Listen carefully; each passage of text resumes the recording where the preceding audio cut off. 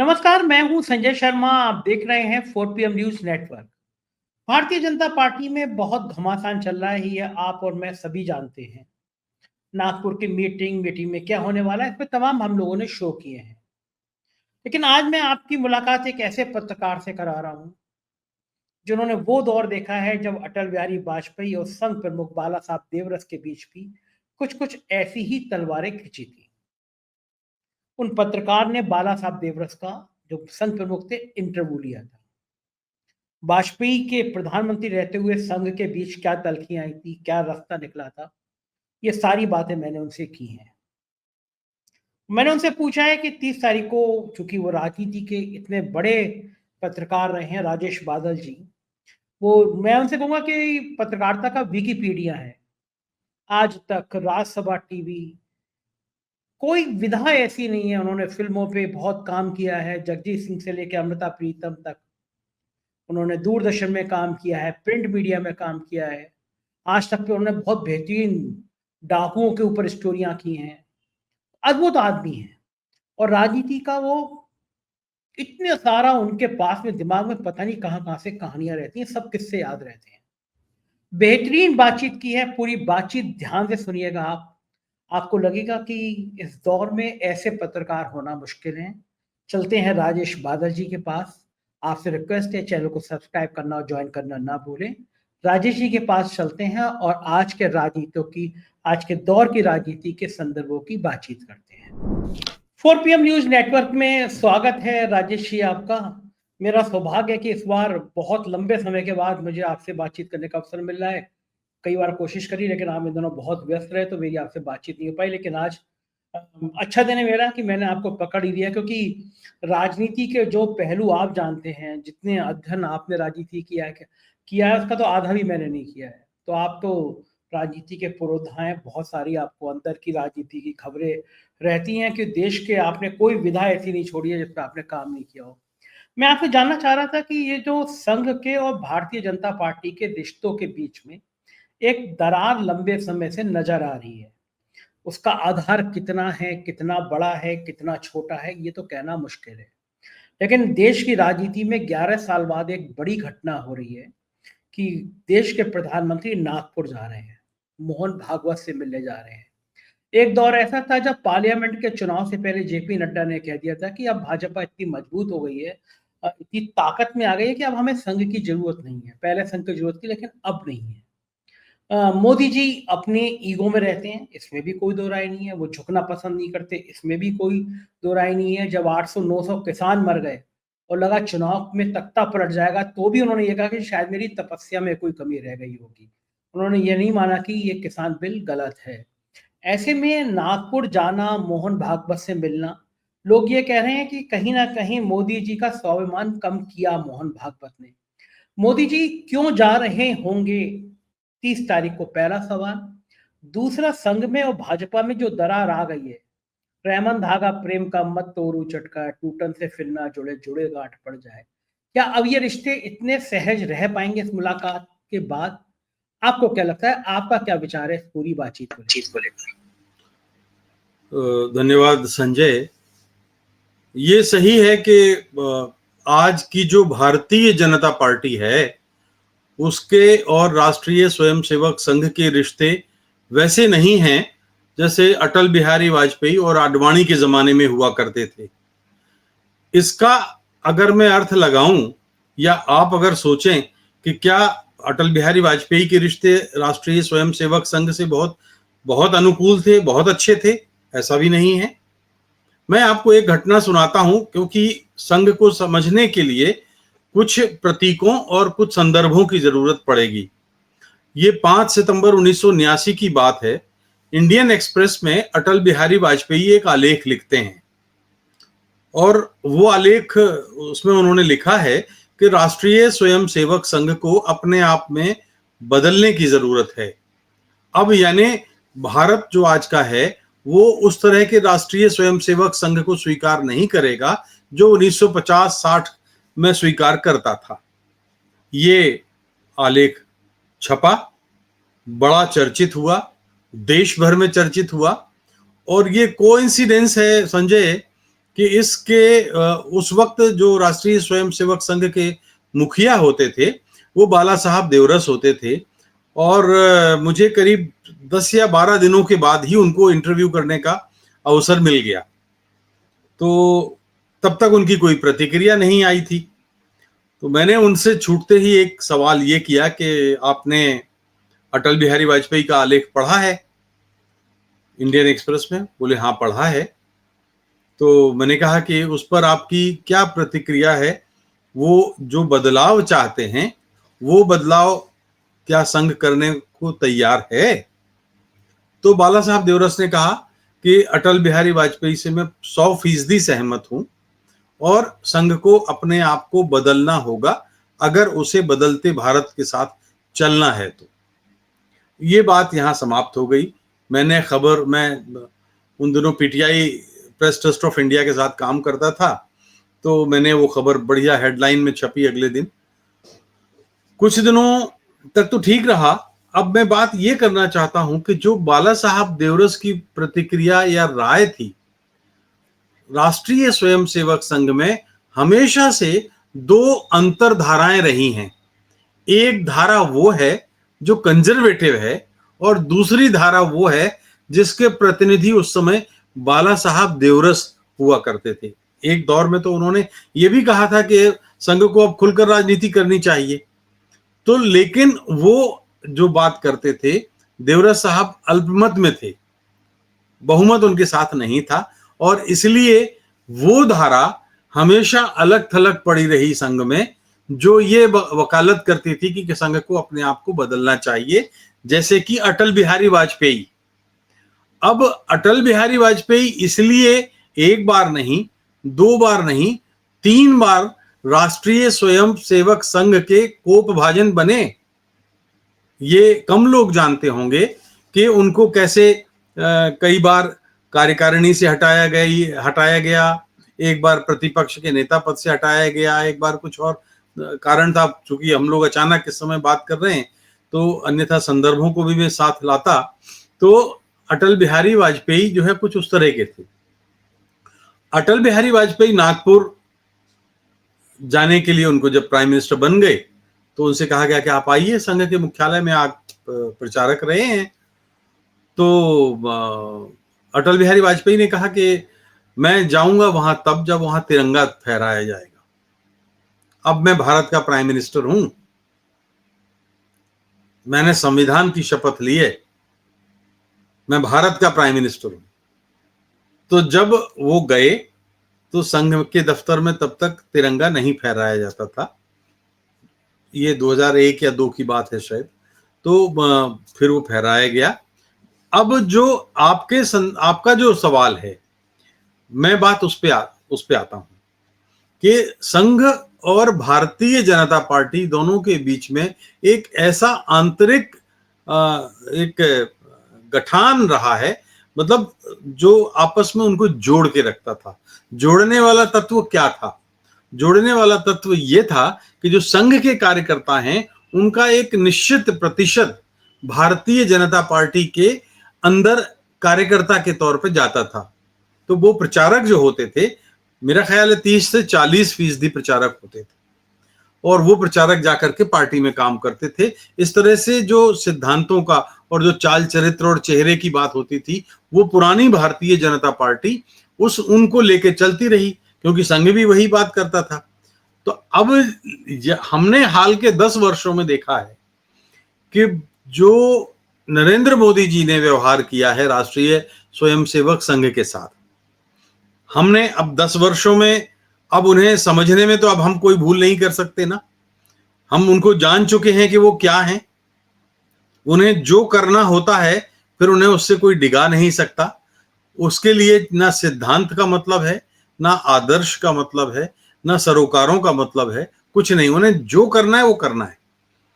तो कई साल तक वो प्राइम मिनिस्टर जब रहे, और एक बार मोहन भागवत ने किसी के जरिए उन तक एक संदेश पहुंचाया कि श्रीमान आप कई बार नागपुर आए हैं लेकिन संघ के मुख्यालय में नहीं आए, तो क्या वजह है ये? आप आइए, हम आपका अभिनंदन करना चाहते हैं। भारत के आप प्राइम मिनिस्टर हैं और संघ से जुड़े हुए ये दूसरे सज्जन हैं जो प्राइम मिनिस्टर बने। तो नरेंद्र मोदी जी ने कहा कि अगर मैं प्रधानमंत्री नहीं होता, जैसा कि हमें खबरें या सूचनाएं मिली हैं, अगर मैं प्राइम मिनिस्टर नहीं होता तो मैं वहां होता जहां मोहन भागवत बैठे हैं। तो ये टिप्पणी उनकी थी, यानी संघ को वो भी चाहते थे कि कहीं ना कहीं वो उनके इशारे पर चले। तो जो उन्होंने जिस तरह की भारतीय जनता पार्टी की रचना की, मैं इस थोड़ा सा संदर्भ अगर आपके पास वक्त हो तो मैं आपको बताता हूं कि जो रचना हुई है। अब जैसे कल कामरा वाले विवाद पर जो बात हुई गद्दार वाले मामले में, तो अब आप क्या कहेंगे बताइए कि जब अजित पवार को लेकर के देवेंद्र फडणवीस ने सुबह 4 बजे शपथ ली थी, तो शरद पवार ने अजित पवार को क्या कहा था? गद्दारी कहा था ना। तो महाराष्ट्र में गद्दार थे, गुजरात में हार्दिक पटेल जब गए तो वो भी गद्दार थे कांग्रेस से। कुल 37 विधायक में से 34 विधायक कांग्रेस के थे जो जीत कर आए थे, जो बीजेपी से के टिकट पर जीत कर आए थे, वो भी गद्दार थे। पंजाब में कैप्टन अमरिंदर सिंह गद्दार थे।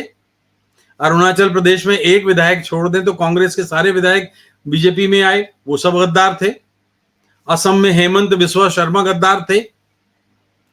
तो कितने राज्यों का मैं आपको उदाहरण दूं, तो यानी अगर देखा जाए तो ये अखिल भारतीय गद्दार संस्करण है इस भारतीय जनता पार्टी में। ठीक है, अब क्या ये राष्ट्रीय स्वयंसेवक संघ बर्दाश्त करता? लेकिन उन्हें अगर सत्ता में रहना है तो वो उन्होंने 2 काम किया। एक तो सामने वाली पार्टी में शिकार किया। आप उत्तराखंड में देख लीजिए, झारखंड में देख, कहीं भी देख लीजिए, हर जगह उन्होंने वही किया। तो एक चीज तो ये है। दूसरी चीज ये कि अब जब जयप्रकाश नड्डा ने एक बात कही थी कि हमें भारतीय जो आपने अभी अपने सवाल में कहा कि हमें संघ की आवश्यकता नहीं है। क्यों? ये गुरूर था 2019 के चुनाव के बाद। हम आंकड़ों में समझ लें कि तीसरी बार ये सत्ता में आए हैं, लेकिन 2014 में जब मोदी जी आए थे तो मोदी जी नहीं जीते थे, मनमोहन सिंह हारे थे। ठीक है, और उस समय उनके सहयोगी दलों का भी उसमें हाथ उन्होंने साथ लिया था।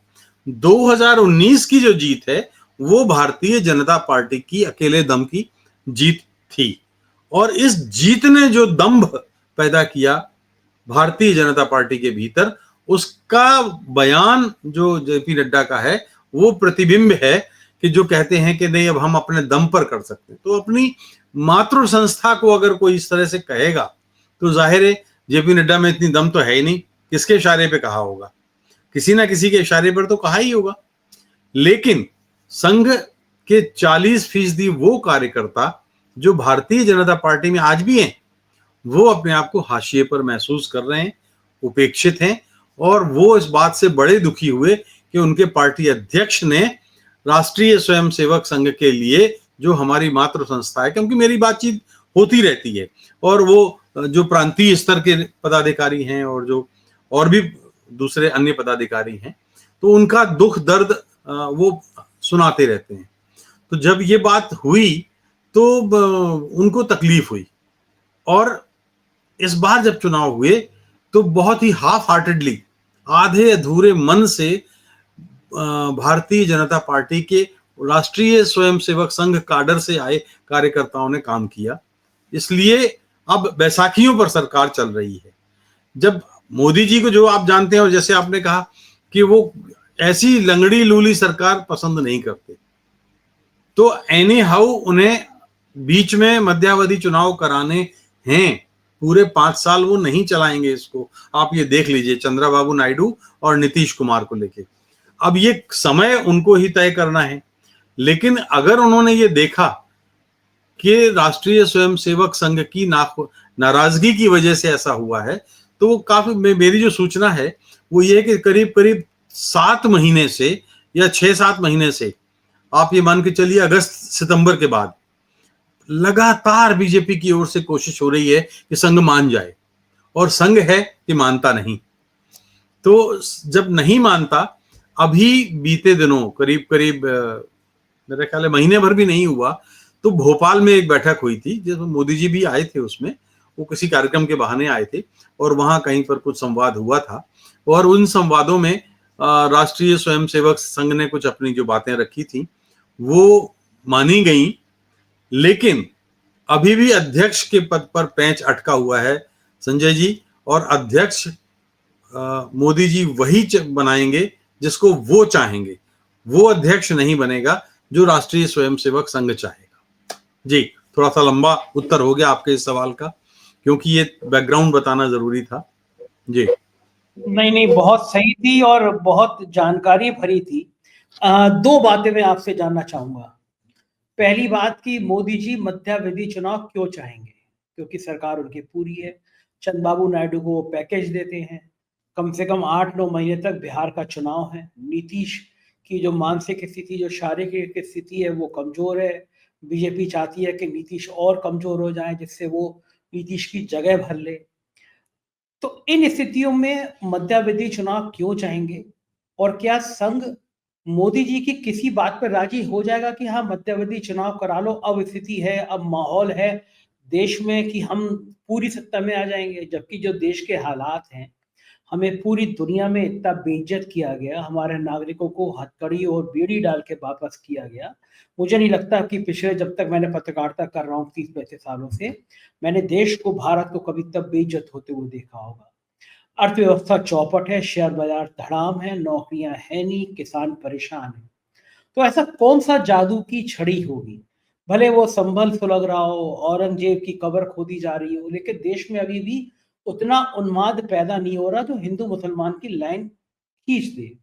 कुंभ की जितनी ब्रांडिंग की थी वो कुंभ की भगदड़, उसके बाद जो लाशें छुपाई गई, मौतों का आंकड़ा छुपाया गया, जो अव्यवस्थाएं हुई, लोगों को पॉटी वाला पानी में नहलाया गया, ये एनजीटी की रिपोर्ट कहती है।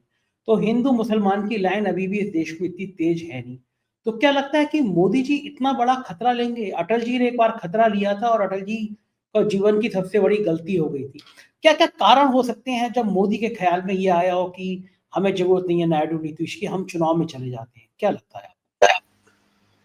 देखिए संजय, अटल बिहारी वाजपेयी जब हारे थे 2004 में, तब मैंने भारत की पहली टेलीविजन ट्रेवलॉग की थी। चाइना बॉर्डर, ऊपर अरुणाचल प्रदेश से नीचे कहां तक, तमिलनाडु में विवेकानंद रॉक तक, रामेश्वरम तक। और मैं अकेला पत्रकार था जिसने ऑन एयर कहा था कि इस बार अटल जी नहीं आ रहे हैं। क्यों नहीं आ रहे हैं? क्योंकि उस समय जो चुनाव आयोग था वो वाकई चुनाव आयोग था। आज जो आप कह रहे हैं मध्यावधि क्यों चाहेंगे, उस देखिए, इस बार कांग्रेस की 100 सीटें हैं, 42-43 से 100 के आसपास पहुंच जाना। राहुल गांधी की भारत जोड़ो यात्रा थी, या और भी मोदी के प्रति नाराजगी थी, कई सारे फैक्टर हैं। जब कभी उस वो एक अलग विषय है कि इतने क्यों आए, कैसे आए, लेकिन आज वो चुनाव आयोग वो नहीं है जो 2004 में था। आप जानते हैं अब वहां मुख्य न्यायाधीश उसमें नहीं है, तो चुनाव आयोग एक डिपार्टमेंट की तरह, पीएमओ के एक विभाग की तरह या केंद्र सरकार के एक विभाग की तरह काम करता है। तो अब जो चुनाव आयोग काम करेगा और जो रिजल्ट्स आएंगे, मुझे लगता है कि वो काफी हद तक उस पर मोदी जी का असर होगा। एक दूसरा, आपने प्रश्न किया कि क्यों चाहेंगे मोदी जी।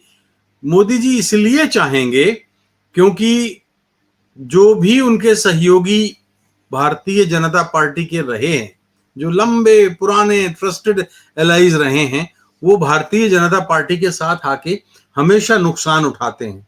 चाहे शिवसेना हो, चाहे अकाली दल हो, या चाहे और एक दो दल हैं। नीतीश कुमार का तो ताजा उदाहरण है कि इस चुनाव में, विधानसभा के इस चुनाव में उनके पास, मेरा ख्याल है, अगर मुझे ठीक याद है, तो 43 सीटें आई थी विधानसभा में। इससे पहले 72-73 70+ थे वो। तो चिराग पासवान की पार्टी में भारतीय जनता पार्टी ने अपने उम्मीदवार ठूंस कर और अपने ही सहयोगी नीतीश कुमार के खिलाफ खड़े किए, और बाद में जब वो हार गए या जीत गए तो वो वापस बीजेपी में आ गए। तो क्योंकि बिहार में अभी वो दाल गल नहीं रही है, लेकिन बीजेपी चाहती है कि बिहार में दाल गले। अब बिहार में दाल गले कैसे, कि इस समय ये बहुत ही आदर्श समय है, क्योंकि नीतीश कुमार का कोई विकल्प अभी फिलहाल, नीतीश कुमार खुद ही अपने विकल्प हो तो हों, वरना कोई विकल्प ऐसा है ही नहीं। और जो विकल्प है वो इतना कमजोर हो चुका है कि अब भारतीय जनता पार्टी को लगता है कि शायद अब ये उनके लिए बहुत ही आदर्श समय है कि जो जेडीयू का जो वोट मत प्रतिशत है वो समेट करके वो बीजेपी में ले आए। तो वहां इसलिए वो चाहते हैं कि वो बिहार पे अभी अपना फोकस करना चाहते हैं। दूसरी बात जो आपने चंद्रबाबू नायडू को कही कि वो पैकेज मांगते हैं और पैकेज मिलता है, चंद्रबाबू नायडू बहुत शातिर खिलाड़ी हैं, और चंद्रबाबू नायडू जब तक मलाई उनको मिलती रहेगी तब तक बेशक साथ रहेंगे। लेकिन चंद्रबाबू नायडू ये जानते हैं कि अगले लोकसभा चुनाव में वो बीजेपी के साथ जाकर के अपना नुकसान करेंगे, जैसे कि नीतीश ने किया।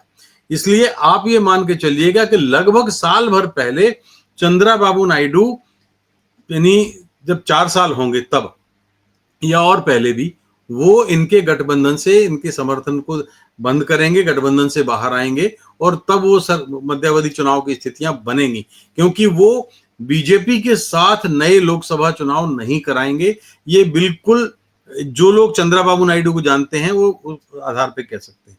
तीसरी बात ये है कि देखिए, आपने देखा कि जब से ये लास्ट ईयर से ये बीजेपी जीत कर आई है और 2 बैसाखियों पर टिकी हुई है, तो नरेंद्र मोदी जी के कंधे झुके हुए हैं।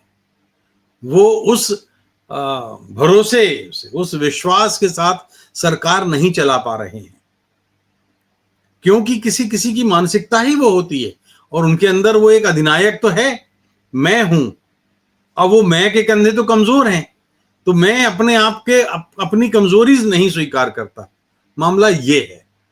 और आपने जिन उदाहरण लिए कि आपने देखिए, कर्जे की स्थिति तो सबसे ताजी है कि जब 2014 में देश में कर्जा था तो 55 लाख करोड़ के आसपास का कर्जा था। आज वो 250 लाख करोड़ के आसपास पहुंच गया है।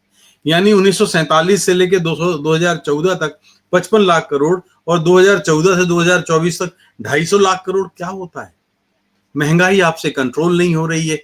आप ये बताइए कि लगभग 3 साल होने को आए और रूस आपको लगभग 20 से 25% रियायती दरों पर कच्चा ईंधन दे रहा है, और जब मनमोहन सिंह गए थे तब डीजल पेट्रोल 60, 64, 65 के आसपास उनकी कीमतें थी। आज 3 साल के बाद भी वो 60, 64 पे नहीं, वो तो 40 रुपए दे सकते थे, वो 30 रुपए लीटर डीजल दे सकते थे, लेकिन ये 100 रुपए के आसपास ही है, कहीं कहीं तो ऊपर है, और ज्यादातर उन राज्यों में है जहां पर डबल इंजन की सरकार है। तो ये कारण लोगों की समझ में नहीं आता कि आखिर ये पैसा कर्जा आ रहा है, आप कह रहे हैं कि अर्थव्यवस्था अच्छी हो रही है, आपका निर्यात आप कह रहे हैं कि बढ़ रहा है, तो ये पैसा जाता कहां है? आप 80 करोड़ लोगों को खाना खिला रहे हैं, तो आपकी कामयाबी कहां हुई? और जब किसी आदमी के पास, किसी शासक के पास जब अपनी उपलब्धियों का कोई खजाना खाली होता है, रीता होता है, तब वो नकली मुद्दे जो आपने अभी जिक्र किया, वो मजहबी आधार पर उन्माद पैदा करेंगे, वो कहीं और दूसरे तरह का कुछ इस तरह का माहौल बनाएंगे, जिससे लोग उसमें प्रभाव में आ जाएंगे। उपलब्धियां नहीं, अब टोटकों पर सरकार चलाने की कोशिश करेंगे तो लोग उसको स्वीकार नहीं करेंगे। जी बिल्कुल ठीक है। एक आखिरी सवाल मेरा आपसे ये है कि एक उम्र तय की थी मोदी जी ने कि वही 75 साल के बाद होंगे आप, तो आप मार्गदर्शक मंडल में चले जाएंगे। लाल कृष्ण आडवाणी, मुरली मनोहर जोशी, एक लंबी लिस्ट है जो मार्गदर्शक मंडल में चले के कुछ बोल नहीं पाए। अब खुद साहब की उम्र आ गई मार्गदर्शक मंडल वाली, तो क्या आपको लगता है कि सितंबर में वो संभवतः 75 साल के हो जाएंगे? क्या आपको लगता है कि पार्टी के अंदर से यह आवाज उठेगी कि भाई अब आपकी उम्र मार्गदर्शक मंडल में जाने की हो गई? क्या 30 तारीख को संघ प्रमुख मोहन भागवत ये कहेंगे कि आपने अपने लिए नियम बनाया था, अब आप भी मार्गदर्शक मंडल में चले जाइए? और अगर ऐसा होगा तो कौन उम्मीदवार हो सकता है भारतीय जनता पार्टी के अंदर? देवेंद्र फडणवीस, गडकरी, राजनाथ सिंह या योगी आदित्यनाथ? देखिए संजय, यूं तो सियासत में भविष्यवाणी करना संभव नहीं होता, लेकिन जो मौजूदा समीकरण हैं और जो लोग नरेंद्र मोदी को समझ रहे हैं वो ये समझ सकते हैं और कह सकते हैं, और मैं भी कह सकता हूं कि वो अपने जीवन की आखिरी सांस तक इस पद पर बने रहना चाहेंगे। वो कभी मार्गदर्शक मंडल में नहीं जाएंगे, क्योंकि उन्होंने देख लिया है कि उन्होंने मार्गदर्शक मंडल में आडवाणी जी को पहुंचा करके क्या हश्र किया है। तो अगर वो वहां जाकर के बैठ गए तो कोई जो उनके बाद आएगा वो आडवाणी जी से भी बुरी गत ना उनकी बना दे। तो क्यों वो चाहेंगे, मुझे तो नहीं लगता। दूसरी चीज है, मैं आपको बताऊं, आपको रूस का उदाहरण देता हूं। ये ठीक है कि रूस भारत के लिए बहुत अच्छा है, भारतीय विदेश नीति के लिए कई मामलों में वो बहुत ही शक्ति संतुलन की स्थिति में आता है, तो हमारे लिए आवश्यक है। लेकिन अगर आप देखिए पुतिन का अगर आप व्यक्तिगत सफरनामा देखें तो वो कितने वर्षों से सत्ता में है, कभी प्राइम मिनिस्टर के रूप में तो कभी राष्ट्रपति के रूप में, कभी प्राइम मिनिस्टर तो कभी राष्ट्रपति। जैसे कि अटल बिहारी वाजपेयी और आडवाणी जी की जब आप बीजेपी बनी थी तो आप देखिए कि कम से कम, अगर मुझे ठीक याद है तो 17-18 साल तक तो ये दोनों ही अध्यक्ष बने रहे। तो ये मुझे लगता है कि इस समय नरेंद्र मोदी जी उस स्थिति में हैं कि जहां वो मार्गदर्शक मंडल में जाने की सोच भी नहीं सकते। लेकिन सबका चाहा हुआ पूरा नहीं होता। एक भारत की राजनीति के साथ एक बहुत बढ़िया उदाहरण है। एक हमारे नवभारत टाइम्स के प्रधान संपादक थे, उनका नाम था राजेंद्र माथुर, और राजेंद्र माथुर ने एक संपादकीय लिखा था आज से करीब करीब 35 साल पहले, 35 या 40 साल पहले। तो उसमें उन्होंने लिखा था कि भारत का लोकतंत्र एक प्रेशर कुकर की तरह है। इस प्रेशर कुकर में एक सीटी होती है, जब उसका प्रेशर बढ़ जाता है तो वो सीटी उड़ जाती है। और तो उन्होंने उसको लोकतंत्र से जोड़ा था कि भारत के लोकतंत्र में जब भी एक सीमा के ऊपर कोई तानाशाह होता है तो वो प्रेशर कुकर की सीटी की तरह उड़ जाता है और फिर चीजें सामान्य हो जाती हैं। तो इनके अंदर भावना तो वो है ना, आदमी समझा है वो बनकर खुदा रह जाएगा, और खुदा क्या ये तमाशा देखता रह जाएगा। तो समय जो होता है, समय से बड़ा कोई कुछ नहीं होता। ये भले ही सोचते रहे हैं कि खुद खुदा ने मुझको भेजा है हुकूमत के लिए, मैं समझता हूं अवाम की जरूरत क्या है।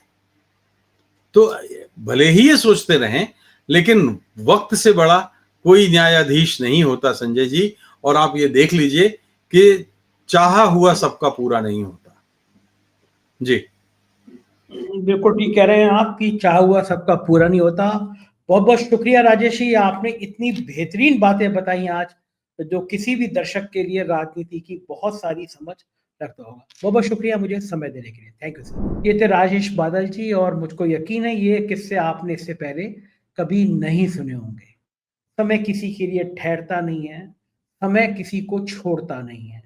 शायद कुछ सबक इससे आने वाले दिनों में कुछ लोगों को मिले। आपका क्या सोचना है कमेंट करके जरूर बताइएगा। शुक्रिया, थैंक यू।